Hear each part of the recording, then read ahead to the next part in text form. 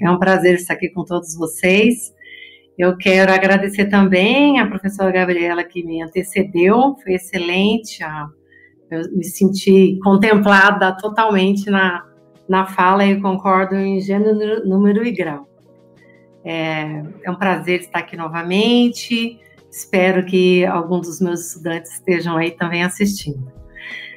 Então, quando eu recebi esse convite, eu pensei nessa relação do GIS à inteligência artificial, em especial por conta de uma demanda. Eu dou aula de didática, metodologia de ensino, estágio em gestão educacional e gestão educacional esse semestre, né? E é uma demanda da formação de licenciados de uma maneira geral, né? E a gente tem discutido muito isso ao longo do curso e recentemente até ofereci na Semana da Biologia um curso de inteligência artificial para os licenciandos, né?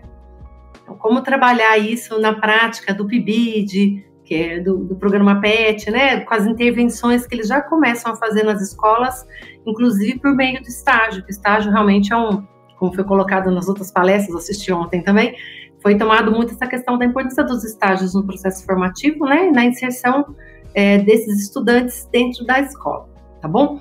Então, eu fiz um panorama geral e, de certa forma, vou fazer essa interlocução com a professora Gabriela, tá bom? Deixa eu passar aqui. O slide. Isso.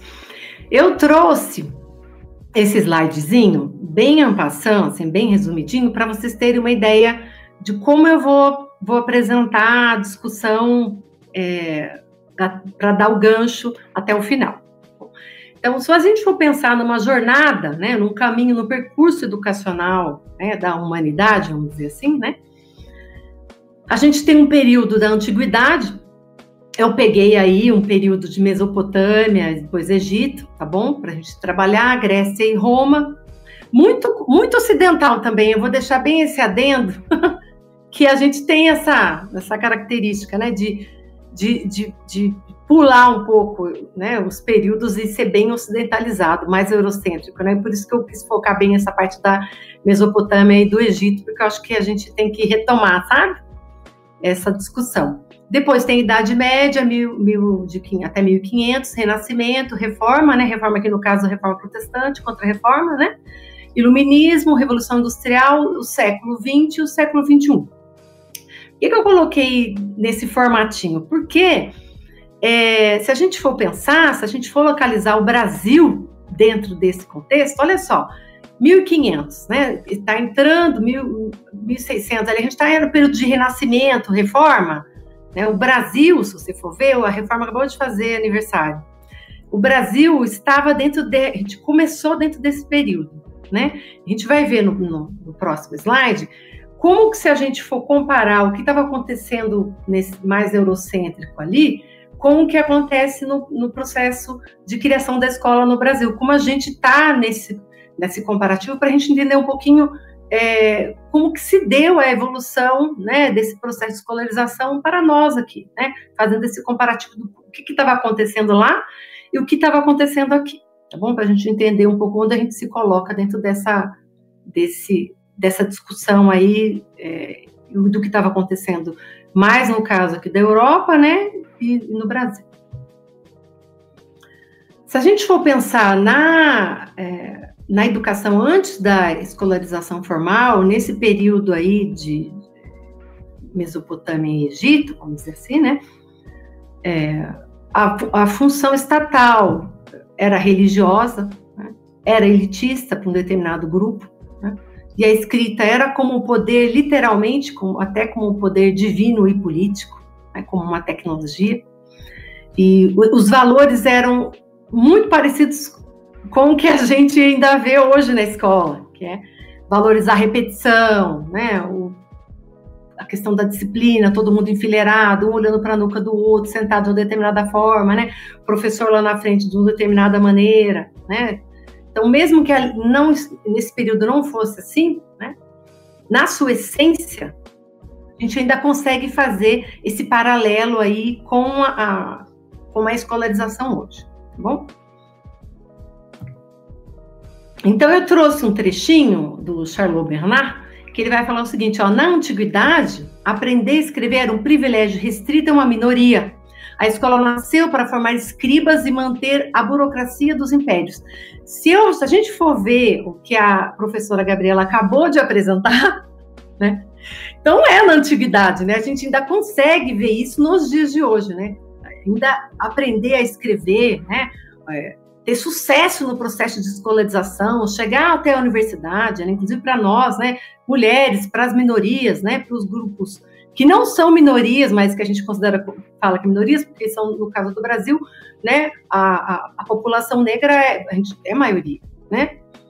A gente vê que o privilégio é restrito, certamente, a essa minoria que, em geral, é homem branco, né? E depois vem homem negro, depois mulher branca, e depois mulher negra. Até mesmo, se a gente for ver os registros, né? De acesso ao mercado de trabalho, eu vou sempre fazendo com a Gabriela, que mexeu muito comigo, a palestra da professora.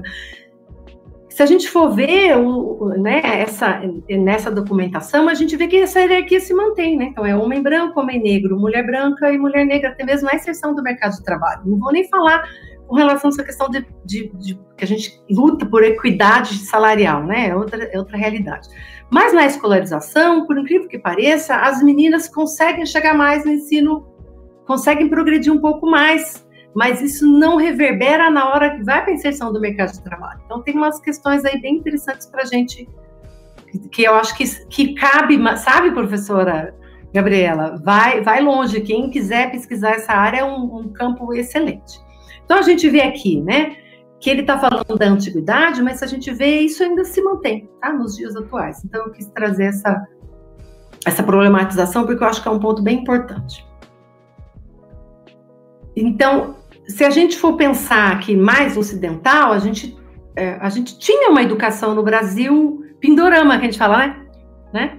Que é o Brasil antes de Cabral, né? Tinha, né? A gente pode falar que a gente tinha uma educação, né?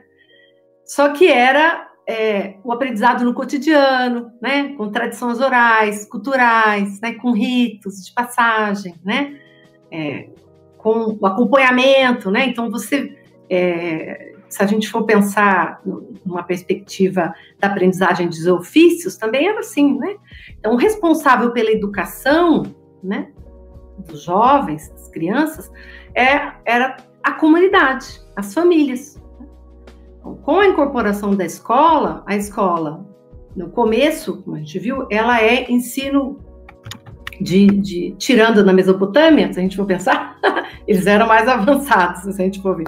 No Brasil, vocês vão ver que a gente era para catequização, ensino das primeiras letras, né? Se filhos de colono tinha ensino das primeiras letras e aritmética. E, no caso, homens, né? Filhos de colonos, tá certo? Então, tem esse processozinho que eu acho que é interessante a gente destacar, né? Como a gente está tentando retomar esses processos, né, de aprendizagem no cotidiano, das tradições orais, das tradições culturais, e até mesmo essa questão do acompanhamento de você aprender como aprendiz, né? Então, olha só que interessante essas retomadas. Eu acho que essas retomadas, elas são importantes a gente ter noção de que isso faz parte da gente ser humano, né? A constituição da gente como cidadão, como humano mesmo. Eu trouxe aqui, isso aqui depois quem quiser eu mando, só para vocês terem uma ideia da quantidade do panorama de surgimento da escola no Brasil. Se a gente for ver, é o período aqui de catequização, depois aulas régias, e a gente vai vendo, né, que eu sou professora de políticas educacionais, adoro uma data. A gente vai ver que a primeira legislação específica de educação é 1961, né? Depois, que é 4 anos obrigatórios, apenas 4 anos de educação básica obrigatória. Então, se quisesse fazer o secundário colegial, faria também era para um grupo determinado de elite ali também, que era nas católicas, tá bom? 71 tem ampliação para 6 a 8 anos, e aí começa a pensar a escolarização técnica, né? Bem para formação, aqui em Diamantina tem, por exemplo, o pessoal chama de polivalente, que que é a Escola Ana Torres, que é desse período depois de 71, que é a regulamentação do ensino técnico, pensando nessa formação para o trabalho, tá? E depois tem a Constituição de 88, que é um marco muito importante para a gente pensar, que define, de fato, como direito, né, a educação como direito universal de todos, né, dever do Estado, certo? Depois vem, em 1996, a LDB 9694/96, que vai regulamentar e vai estender o período de escolarização, vem alguns outros adendos, e agora a gente, como você sabe, a gente tem um período muito mais extenso. Então, vamos ver. De nada, né, de 61 para cá, a gente foi de 4 anos de escolarização para mais de 12 anos de escolarização, de 13 a 14 anos de escolarização, né, sem contar o ensino superior, certo? Então, a gente vê que em pouco tempo o Brasil teve, sim, uma certa progressão nessa, especialmente após a Constituinte, né, de busca, né, da efetivação do direito à escolarização, tá certo? Para todos. Aí tem uma série de questões que a gente tem que discutir, como é que se dá a efetivação desses direitos. Então, agora se incorporou, nos últimos anos, a educação básica dos 4 anos, né? Dos 4 aos 14 anos de idade, tá certo? Então, acrescentou uma parte do pré na educação básica. Então, isso é um ganho importante também aí, aumentar o período de escolarização formal. Mas tem uma série de questões que vão se dando a partir dessa incorporação na educação básica do antigo, né, que a gente chamava pré-escola. Se a gente for pensar no Brasil, os primeiros passos tecnológicos na escola, eu acho que assim, a primeira tecnologia a gente viu lá na Mesopotâmia, né, que era um instrumento que não era giz nem nada, mas era de moldar, né, na pedra, nas paredes, né, a escrita, certo? Depois no Egito os papiros, né? E no Brasil a gente começa a pensar a escola dentro desse formato, que é o formato das pessoas enfileiradas, que é um formato bem industrial, né? Pós assim revolução industrial, né? Vamos pensar assim, né? Com formação fabril do nosso corpo, né? Se vocês forem ver, se você vê como era organizado, né, no período de revolução industrial, as fábricas, a escola, ela segue mais ou menos esse mesmo padrão, ok? O Foucault, Michel Foucault, vai falar em Vigiar e Punir, que é uma obra muito interessante para a gente pensar, que tem o panóptico, né, da educação e que tem as instituições. Que aí, a escola, a gente pode, né, bem grosseiramente, né, acho que é interessante vocês, quem tiver curiosidade, se aprofundar, de que a escola, né, a hierarquia da escola, a hierarquia dos hospitais e das prisões, ela é a mesma, certo? Então, tem ali um que é o detentor, no caso da escola é o professor, né, o aluno, como alúmino, né, sem luz, que vai receber. Nas prisões, a gente tem o prisioneiro e o carcereiro, né? E nos hospitais, a gente tem o paciente, que o próprio nome já diz, né? O paciente e o médico. Tá certo? Quando você entra nessas instituições, certo? Sob a tutela do Estado, tem microfísicas do poder ali. Então, tem uma forma de conformar o nosso corpo, né? Onde a gente senta, quando a gente vai levantar, quando a gente vai sentar, quando eu posso falar, tá certo? Então, essa é uma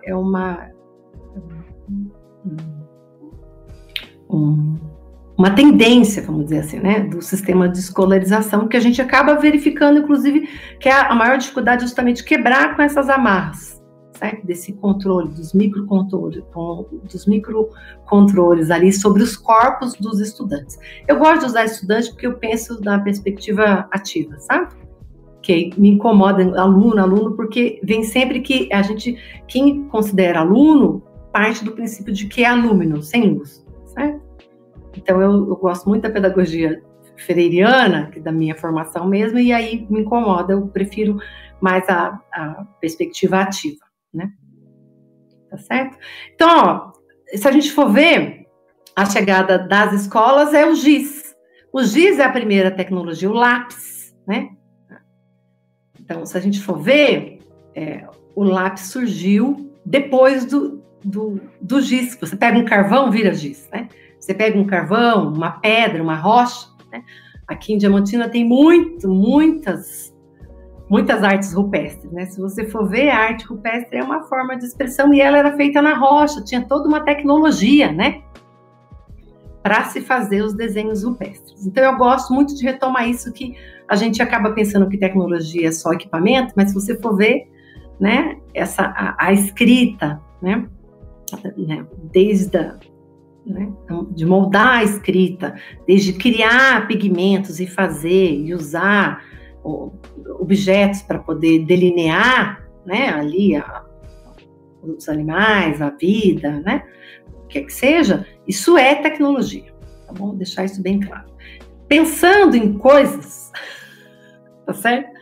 Na escola, eu sou da época do mimeógrafo, né? Eu amo o cheirinho de álcool. Então, eu nasci na década de 70, e aí, na década de 80, eu estava na escola, então eu usava muito mimeógrafo. A gente tinha o maior prazer, pedia para a professora para ajudar a passar. Era mimeógrafo, um equipamento, vou explicar porque quem não sabe, né? Parece um rolo de passar macarrão. E aí você colocava atividade, colocava uma base, o que era que você queria fazer, e colocava álcool e passava assim, olha. E aí saía em tons meio de roxo, sabe? Então era uma forma de xerox, sem xerox. Então, é tecnologia muito interessante, né? Depois vieram o passador de slides, que você colocava minúsculo assim, girava, você colocava e ele ia projetando. Depois veio os retroprojetores, já é super tecnológico. Depois vieram as TVs. No Brasil, teve um período de expansão dos telecursos, né? As pessoas faziam muito telecurso, né?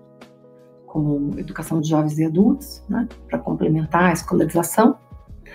Depois veio a chegada dos computadores, teve um período de expansão no Brasil dos telecentros, inclusive aqui no norte de Minas Gerais, né? A partir dos anos 2000. A reconfiguração do professor, ela vem nessa pegada, porque conforme vai mudando as tecnologias sociais, né, o professor vai ter que ir se ajustando, né? Eu acho que a maior dificuldade hoje da formação de professores e dos professores que estão em campo é justamente como se adequar, como utilizar essas novas tecnologias e as antigas, né, porque eu acho que a gente, às vezes, eu vi gente retomando tecnologias antigas, né? A gente fazia no retroprojetor mesmo, você comprava uma folha transparente, escrevia com canetão e aí colocava e projetava, sabe? Então, especialmente quem tinha alergia ao giz, né? Que o giz ele causava algumas alergias. Então, eu queria muito discutir com vocês essas questões aí. E a reconfiguração do professor é justamente porque vão surgindo novos papéis conforme a sociedade vai ficando mais conectada, né? E as dificuldades vão surgindo. Com relação a essa questão da reconfiguração do professor, acho que o período mais marcante de reconfiguração, né, do meu ponto de vista, é justamente o período de ensino remoto, ensino híbrido, período da pandemia, certo? Porque o período da pandemia foi um período, os meus filhos estavam na escola pública na época, terceiro ano, e tinha que utilizar o Classroom, né? E foi muito problemático, porque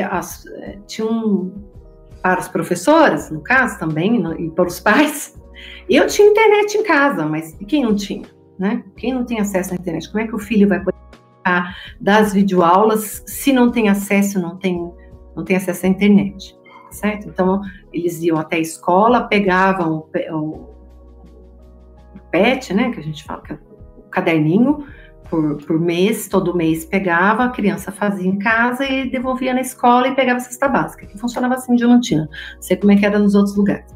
Mas para a professora, tinha que fazer no Classroom. E a professora dos meus filhos, no caso, beijo, Natália, ela me pediu ajuda porque ela estava com dificuldade no Classroom, porque os professores tinham que fazer a capacitação do Estado, né? Só que tinha um limite de vagas.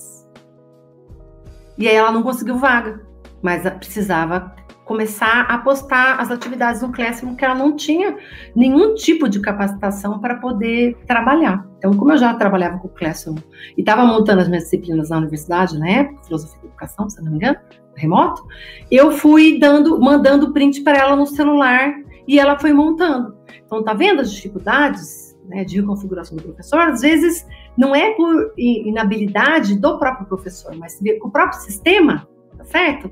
Não permitiu que ela fizesse a capacitação porque tinha limite de vagas. E o limite de vagas não era suficiente para o quantitativo de professores. Né? Então, assim, bem complicada essa situação, porque você assistir uma videoaula de como montar é diferente de você ir montando com o suporte de alguém e tirando as dúvidas. Né? Ainda mais a uma ferramenta totalmente nova, que muitos não tinham acesso. Então, essa questão da reconfiguração do professor, eu não gosto de culpabilizar o professor, eu gosto de dividir a culpa. Que eu acho que é mais justo, porque a gente já tem carga demais. Né? Então, vejam só, né? Ela queria aprender, ela queria fazer, estava angustiada, mas não conseguiu fazer o curso porque não tinha quantitativo de vagas aqui né? Para Minas. Então, eu acho bem complicado.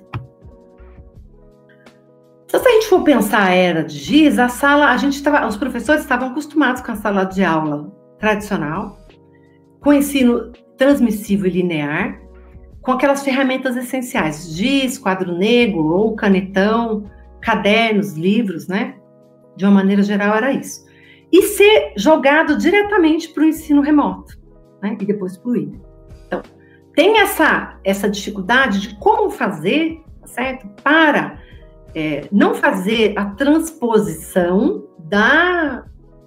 do começo dessa jornada, da sala de aula tradicional, para o ensino híbrido, quer dizer, que tem especificidades, né? Tem uma mescla ali, né? Entre a EAD, né? Educação à distância, e o presencial. Né? Como fazer isso se você não teve uma capacitação, uma formação para fazer? Então, eu acho que isso é bem complexo. E se foi escancarado no período pandêmico. Certo? A gente vê que as crianças acabaram ficando realmente com defasagem. Os meus filhos mesmo fizeram aulas de reforço, professora particular, para conseguir acompanhar, né, depois que finalizou o período pandêmico. Então, assim, os professores também tiveram muitas dificuldades, as crianças tiveram dificuldade, especial aquelas que não tinham acesso à internet. Os meus com internet tinham dificuldade, imagina as crianças que não tinham esse acesso. Certo? Então, eu sou bem crítica nesse aspecto de falar que realmente é um período que eu não sei se a gente vai dar conta de recuperar, sabe? Eu acho que a gente consegue minimizar os efeitos desse período de 2 anos de pandemia de ensino remoto, tá certo? Se a gente for pensar, né, o século XXI chegou, os alunos estão hiperconectados, a gente fala que eles são nativos digitais, né? Essa geração é uma geração que ama estar conectada, logada com as redes sociais. Eles estão acostumados com aqueles shots de informação, eles passam não sei quantos vídeos por segundo, 4, 5 segundos, já está trocando de vídeo, né? Um bombardeamento de informações, tá certo?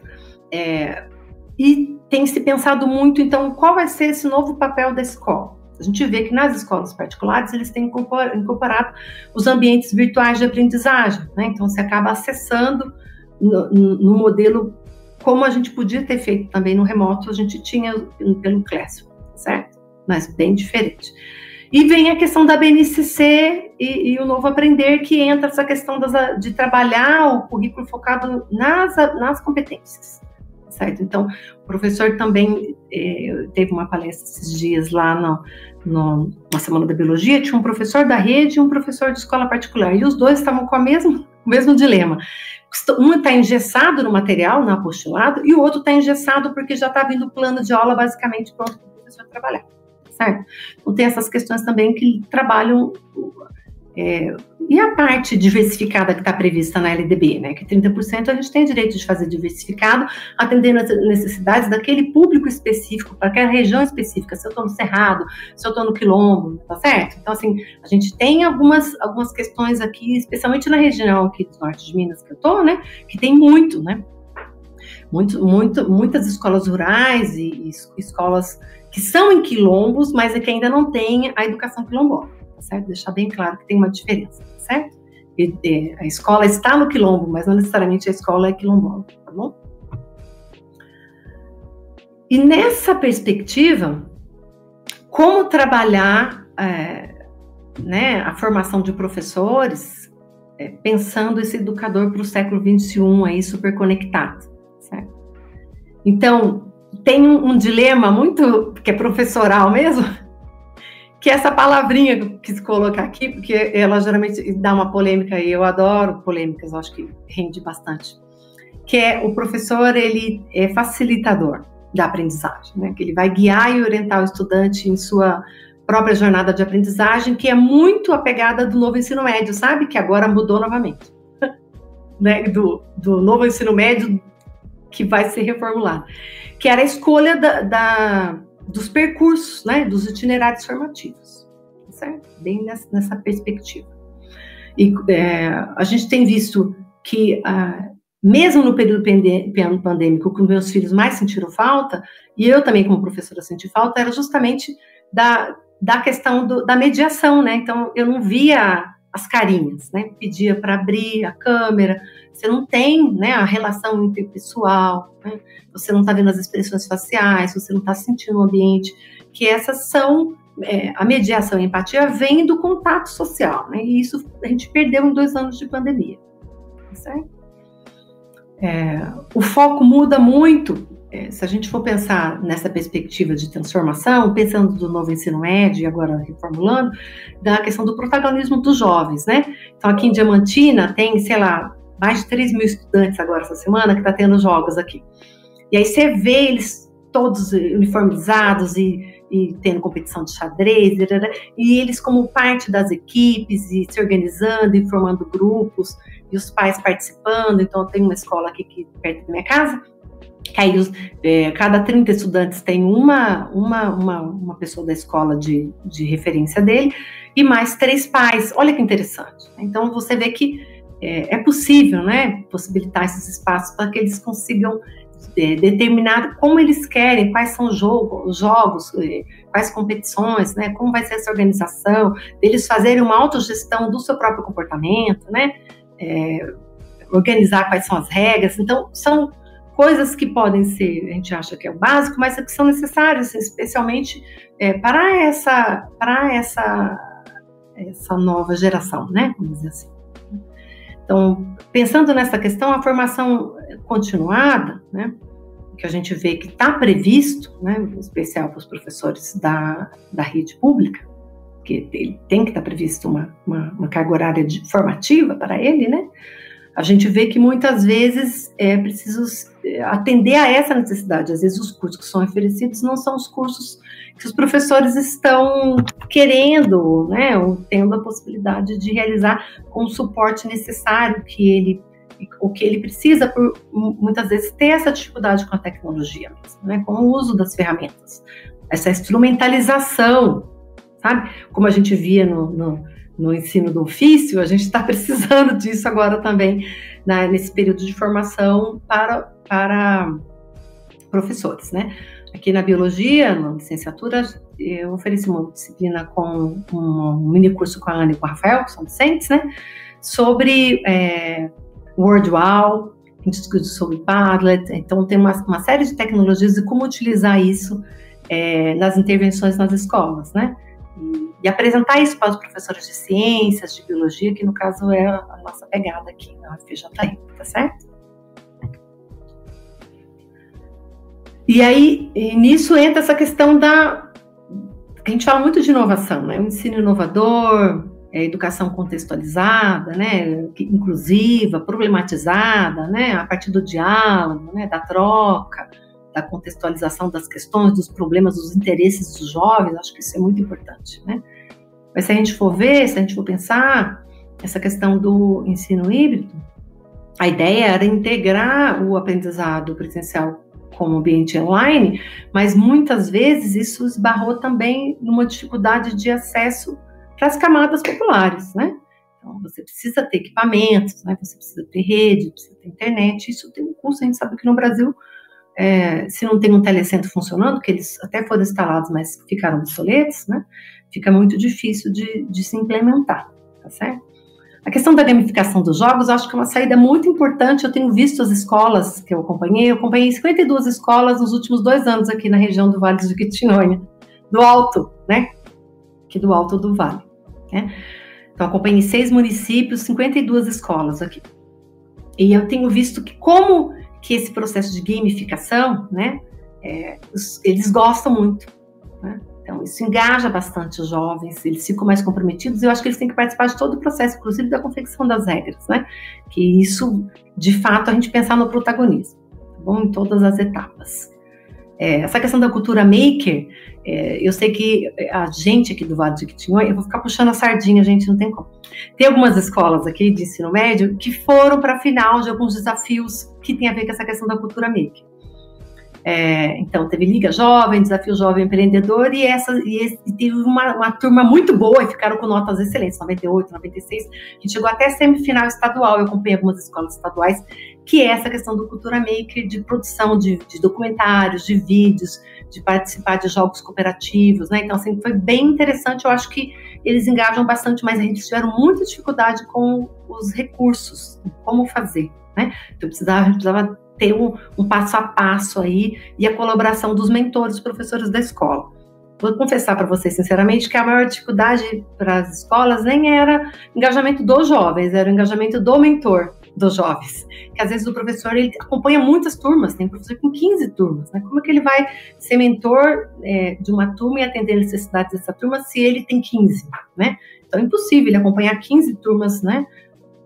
Dentro desse processo, com etapas para serem cumpridas. Então, a gente vê que no Brasil tem essa dificuldade, porque o professor, ele não tem esse reconhecimento, essa valorização, que a gente sabe que é a base para todas as profissões, mas a gente sabe que não é. O professor tem que pegar 15 turmas para conseguir ter um salário digno, né?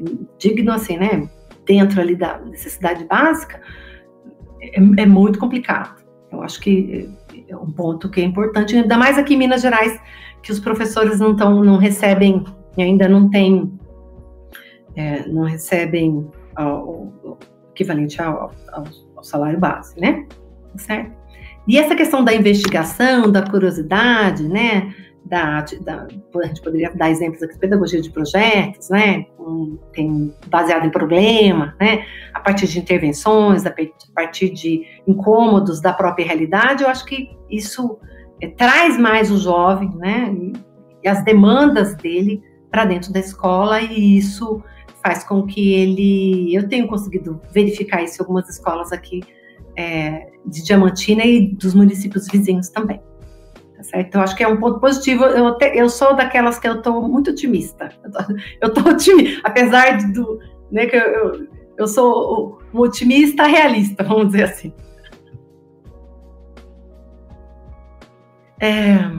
Pois é.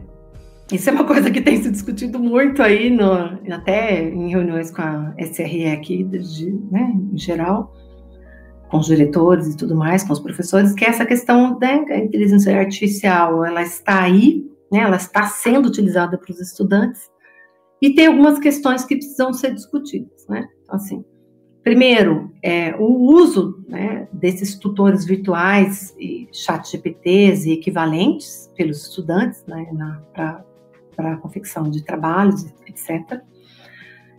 Que é preciso, sim, uma orientação, explicar como funciona, o que é, né, essa inteligência, né, que, na verdade, ela está buscando essa informação, né, como que se faz os prompts, né, de maneira correta, ética, coerente ali, né, como usar isso de forma que venha contribuir, não é mais uma informação que porque se vocês forem ver, a gente vive na sociedade da informação, a gente tem drives gigantescos, certo?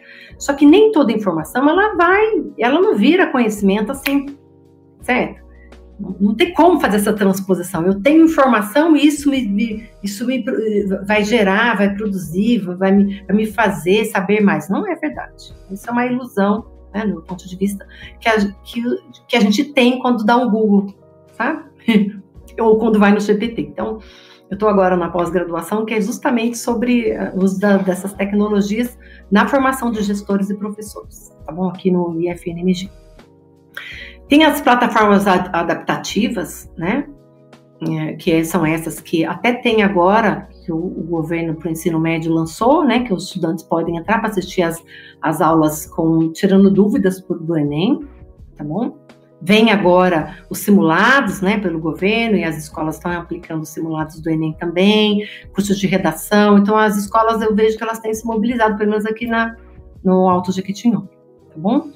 Essa questão da reconfiguração do papel docente, aqui eu tenho visto que os professores têm sentido, sim, né, e querem aprender a usar também essa tecnologia a favor da aprendizagem, e de uma boa prática pedagógica, porque eu acho que a gente precisa saber usar, ela está aí, a gente precisa usar, né?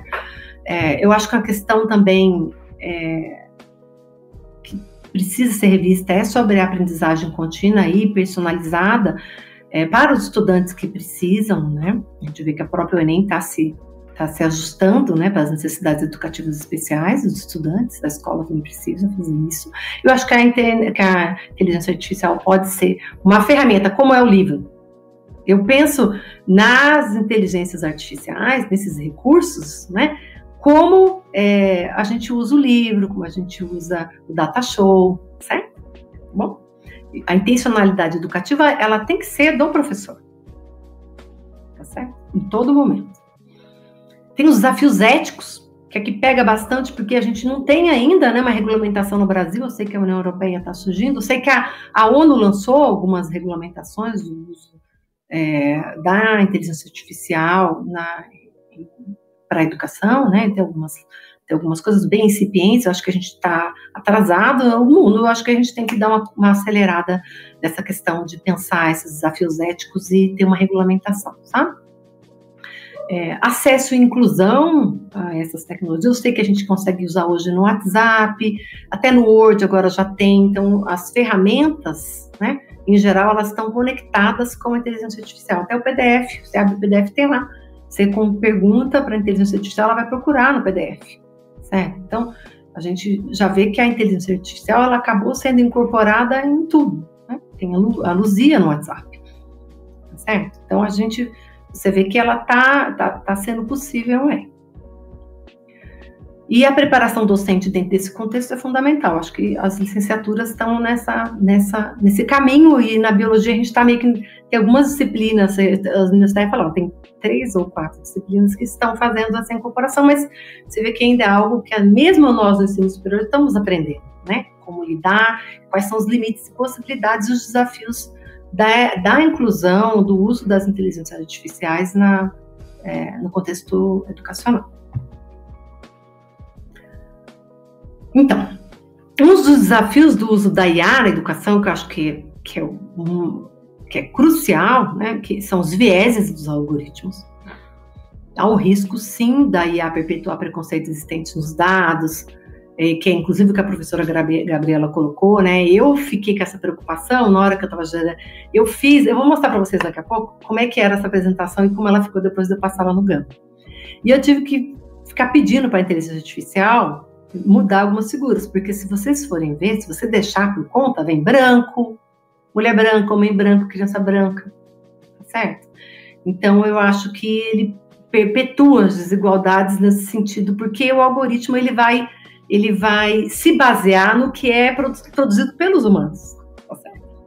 Tinha aquela que deu um bafafazinho, que fazia, transformava você num personagem da Disney, que na hora que colocava que eu moro na favela do Rio de Janeiro, tinha um estereótipo. Então, apareceu muitos estereótipos, né, de como que seria uma pessoa brasileira que vive numa ocupação ou no morro do Rio de Janeiro, certo? Então, tem os vieses, e isso foi escancarado na hora que começou a se fazer esses prompts aí, de personagens da Disney. Outra questão muito importante é a questão da dependência tecnológica e o comprometimento da atenção. A gente tem várias pesquisas, eu sou psicopedagoga, eu posso falar com propriedade desse aspecto, porque eu tenho hiperatividade, mas no meu caso é por questões outras, que nem tinha, eu usava datilografia, gente. Mimeógrafo, entendeu? Eu uso um dedo ainda para mexer no celular. Diz que, né, eu estava assistindo uma palestra que fala que quanto mais dedos você usa para escrever e mexer no celular, mais nativo digital você é. Eu vou ainda assim, ó. Então eu estou ali, ó, catando milho. Nossa, estou realmente na datilografia mimeógrafa. E a gente vê os jovens que são nativos digitais muito na dependência tecnológica. Então, assim, e o uso do ChatGPT, né, de forma indiscriminada do próprio Google, né, contribui, né, dificulta a perspectiva que até a professora Gabriela colocou da questão do sujeito crítico. Né? Como você vai ser crítico, trabalhar a sua criticidade se você vai lá e, né, dá o Google? Né? A gente fala Ctrl+C, Ctrl+V, nem precisa mais, né, do Ctrl+C, Ctrl+V. Tá certo? Então é necessário sim uma instrumentalização, né, uma conscientização dos jovens, dos estudantes de maneira geral, das crianças, com o uso da inteligência artificial para otimizar a aprendizagem, né, pensando que ela a base ainda é a interação humana, certo? E a base ainda deve ser o desenvolvimento do pensamento crítico, tá certo? Usar a inteligência artificial como uma ferramenta que ela é, tá? Que eu acho que esse que é o ponto. Como a gente usa o lápis, a caneta, o marcador de texto, tá certo? O livro. Então, eu acho que, voltando para essa questão dos desafios atuais, ainda é a desigualdade de acesso, ainda é com relação aos professores, a resistência à mudança muito por essa questão formativa mesmo, né? Constituição da gente, né? Geracional, vou fazer a meia-culpa aí. Tá certo? E a sobrecarga de trabalho, como eu falei, um professor com 15 turmas. Eu acho que realmente... E a gente tem visto muito sobre adoecimento de professores, morte de professores. Esse último mês estava assim, estampado nos jornais, né? Essa preocupação com o adoecimento dos professores, com a morte de professores, inclusive em ambientes escolares, né? Essa questão do adoecimento do professor não é algo que a gente vê o agravamento, né, do adoecimento docente. Então, se a gente for ver os estudos, né, a gente consegue verificar que a categoria que mais adoece é a categoria professoral. Certo? Então, acho que, de fato, a gente está muito sobrecarregado, além da não valorização, de baixos salários, né, vamos dizer assim, porque vem casado, né, com isso. Né? Eu concordo com a Gabriela, eu acho que essa questão no Brasil, dos baixos salários, tem a ver com aquela questão inicial de que era uma profissão destinada exclusivamente às mulheres, 61 e 71 que a gente viu, né? Quem eram as professoras eram as filhas dos proprietários de terra, né? Que faziam magistério e iam ministrar aulas para as crianças que moravam na fazenda. Então a gente vê essa coisa nas novelas, não é tão fora da realidade, não. Então está muito relacionado com a questão da maternagem. Por isso que, se vocês forem ver, não é coincidência que a maior parte da categoria é formada por mulheres. Tá certo? Então, eu acho que no Brasil ainda tem essa questão da maternagem relacionada à maternagem, e isso está atrelada com a desvalorização da profissão docente. Né? Como se fosse, né? Vem no pacote do ser mulher, né? Ok? Então, essa é uma questão interessante para a gente pensar. E o que não mudou, né? Se a gente for pensar, o que não mudou? Não mudou a escutativa, não mudou o vínculo essencial, e não vai mudar a capacidade, né, do professor, do docente, de transformar vidas. Então, a gente tendo a regulação e fazendo o uso consciente, coerente, né, das inteligências artificiais, eu acho que é possível, sim, a gente fazer isso como mediação para ouvir essa nova geração, criar vínculo e transformar vidas. Os caminhos possíveis passa pela formação docente, escolas com espaços mais vivos, né? Aquilo que o Paulo Freire vai falar, né? Que a escola rígida é aquela que promove a felicidade, né? Que é o critério de rigidez, né? Séria, escola rígida é aquela que promove, né? Que possibilita a felicidade, a alegria, né? O desejo de descoberta, certo? E a tecnologia, ela está aí para ficar. Eu acho que a gente tem que só encontrar o caminho, ajustar o trajeto para a gente caminhar juntos. Então, a IA e o fazer profissional vem com curadoria, contextualização, desenvolvimento de habilidades humanas, personalização da aprendizagem e fomento de vínculos e propósitos. Acho que falta muito essa questão de ter um propósito, né? Qual é o objetivo? O que eu quero para a minha vida? Certo? Esse daqui que eu queria mostrar para vocês, essa segunda apresentação do Gama que eu faço. E eu tinha feito assim, ó. E aí subi pro Gama e aí ele foi melhorando a minha apresentação. Que isso eu aprendi fazendo os cursos e com os meus estudantes também, que eles fazem apresentação de slides, estágio e didática, e aí eu falei, nossa, que apresentação maravilhosa, é no Canva, é não sei aonde, é não sei o que, eu falei, gente, eu vou fazer também. Olha a diferença que deu. Era assim, olha como ficou. Eu subi ele, né? Eu subi a apresentação e pedi para ele melhorar as imagens. Então, a inteligência artificial não me substituiu, eu usei ela como ferramenta. E essa é uma frase minha que eu gosto bastante, que a tecnologia ela pode ser a ponte, mas a travessia ela sempre será humana. Eu gosto muito do Guimarães Rosa, então eu sou roseana, e a gente está aqui, né? A gente tem o trajeto de Guimarães Rosa que chega até Diamantina, sai de Cordesburgo, tá certo? Muito obrigada, esses são os meus contatos, sua atenção foi valiosa, espero que tenha sido fonte de informação e inspiração. E estamos à disposição. Esses são meus contatos do Instagram e o e-mail. Eu também estou disposta a disponibilizar a apresentação para quem tiver interesse.